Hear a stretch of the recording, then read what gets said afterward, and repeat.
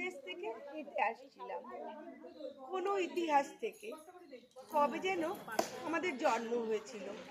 আমরা অর্থাৎ নারী, রমণী, মানবী। আমাদের জন্ম কথা লেখাই হয়নি। ব্রহ্মা থেকে মনু, আর মনু থেকে মানব সন্তান। আশ্চর্য, এই ইতিহাসে কোনো নারী জন্ম নেই, যেন এমনি এমনি পুরুষেরা সব জন্মে গেল। মা নেই, মাতৃগর্ভের কোনো গল্প নেই, নেই তিল তিল করে বড় করে তোলা, নেই ছেলের অসুখে রাত জাগা, উদ্বেগ মমতা।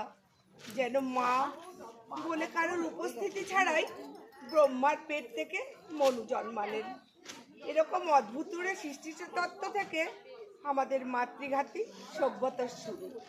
আমাদের গর্ভজাত সন্তানেরা আজও মাতৃ পরিচয়হীন। আমাদের চিরদুঃখী বছর বিয়ানি মা, স্নেহ মা, ঘুটে কুড়ানি মা, আর অভাগা মা, বাজা মা, নিহত ভ্রূণের মা ও হাসি খুশি ভিটামিন মা। আর আমাদের সদ্যজাত কন্যাগণ সকলেই পিতৃতন্ত্রের নামে এক ইটের তলায় চাপা পড়ে ঘাস হয়ে জুঝে চলেছি।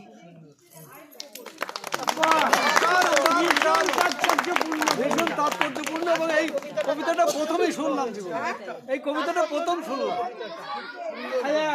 কমল রায়।